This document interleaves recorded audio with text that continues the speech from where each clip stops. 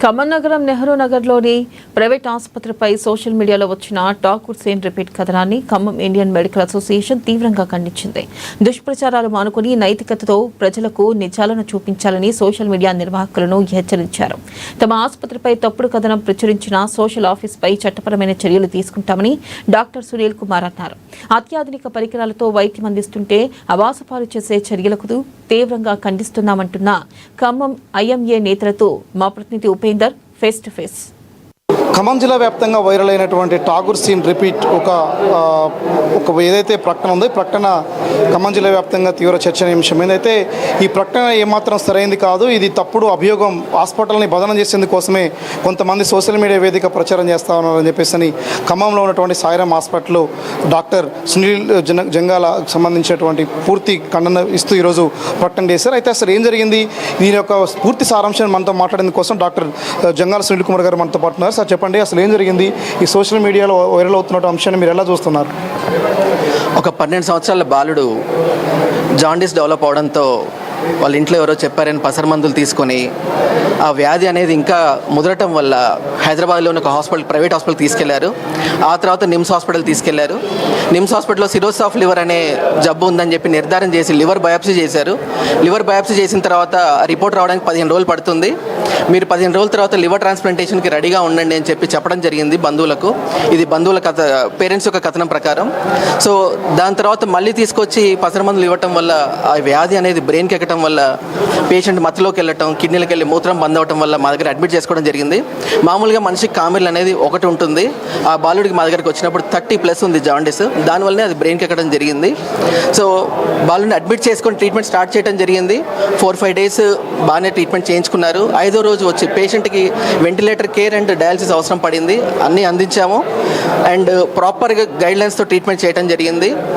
Patient సంబంధించిన attendance వేరే వాళ్ళు ఎవరు కొత్త వాళ్ళు ఒక 4-5 డేస్ తర్వాత వచ్చి సార్ మీరు చనిపోయినాక ట్రీట్మెంట్ ఇస్తున్నారనే అభియోగం చేయడంతో మేము అటెండెన్స్ లోపల తీసుకెళ్ళి పేషెంట్ కాళ్ళు చేతులు కదిలిస్తున్నాడా లేదా చూసుకోండి, కదలికలు ఉన్నాయంటేనే ట్రీట్మెంట్ తీసుకోండి అని చెప్పడం జరిగింది. వాళ్ళు చూసిన తర్వాత సరే పేషెంట్ కాళ్ళు చేతులు బాగానే కదిలిస్తున్నాడు, సో మేము ట్రీట్మెంట్ కంటిన్యూ చేస్తాం, ఎవరో తెలియక ఇలాంటి అపవాదం వేస్తున్నారు, మీరు దాన్ని పట్టించుకోవద్దు, ట్రీట్మెంట్ చేయడం చెప్పడం జరిగింది. కానీ నెక్స్ట్ డే సార్ డబ్బులు మేము పెట్టుకోలేకపోతున్నాం, మేము గవర్నమెంట్ హాస్పిటల్ వెళ్తామంటే ఇంటికి తీసుకెళ్తామంటే లేదండి గవర్నమెంట్ హాస్పిటల్ తీసుకెళ్ళడం చెప్పడం జరిగింది. సో పేషెంట్ని ఇంటికి పంపించే ముందు కూడా ఈసీజీ తీసి ఈసీజీలో హార్ట్ ఎలా ఉందో చూపించి వాళ్ళని వెంటిలేటర్ డిస్కనెక్ట్ చేసి ఈటీ ట్యూబ్తో పాటు అంబులెన్స్ ఎక్కించడం జరిగింది. ఆ తర్వాత ఒక 4-5 అవర్స్ తర్వాత సోషల్ మీడియాలో కొన్ని ఛానల్స్ చనిపోయినాక ట్రీట్మెంట్ ఇచ్చారనే కథనం రావడం జరిగింది. దీన్ని ముక్త ఖండంతో ఐఎంఏ డాక్టర్స్ అందరూ ఖండిస్తున్నాము. దయచేసి నిజ నిర్ధారణ చేసుకొని రాయండి. మీడియా మిత్రులు కూడా ఈ సోషల్ మీడియా ప్లాట్ఫామ్స్లో వచ్చే ఒక 1-సైడెడ్ కథనాలని, నిజ నిర్ధారణ లేకుండా రాసే కథనాలని మీరు కూడా మాతో పాటు ఖండించాలని కోరుకుంటున్నాము. మనతో పాటు ఐఎంఏ మాజీ అధ్యక్షులు కూరపాటి ప్రదీప్ గారు ఉన్నారు. దీన్ని తీవ్రంగా ఖండిస్తూ కూడా ఐఎంఏ కూడా ముందుకు వచ్చింది. సార్ చెప్పండి, ఏం ఫీల్ అవుతా ఉన్నారు, ఐఎంఏ ఎలా చూస్తుంది ప్రచారాన్ని? ఐఎంఏ ఇది వాస్తవంగా మా సైడ్ నుంచి రిక్వెస్ట్ ఎక్కడే, ఖమ్మం ఐఎంఏ ఎప్పుడు కూడా కలిసికట్టుగా ముక్త కంఠంతో ఇటువంటి యాక్టివిటీస్ ఎప్పుడైనా జరిగినప్పుడు ఎప్పుడు కూడా మేము అందరం యునైటెడ్గా ఉన్నాము. సో మీడియా మిత్రులందరూ కూడా ప్రతిసారి తప్పు జరగనప్పుడు మాకు సపోర్ట్ చేశారు. ఎస్పెషల్గా సునీల్ గారి దగ్గర జరిగిన కేసు గురించి సార్ ఇందాక ఆల్రెడీ క్లియర్గా చెప్పడం జరిగింది.